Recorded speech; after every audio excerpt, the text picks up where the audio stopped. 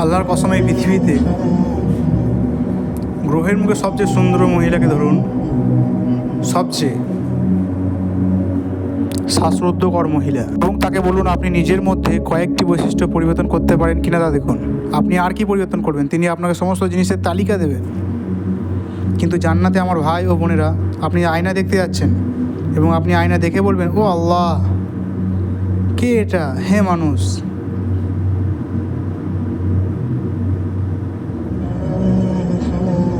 সব দিক থেকে নিখুঁত। বোনেরা সত্যিই সংগ্রাম করছে, এর মানে কি আপনি কিছু পরিবর্তন করবেন না? সব দিক থেকে নিখুঁত। এটা জান্নাত, এবং জান্নাতে আপনার সাথে কোনো কিছুই পুরনো হবে না। দেখবেন দুনিয়াতে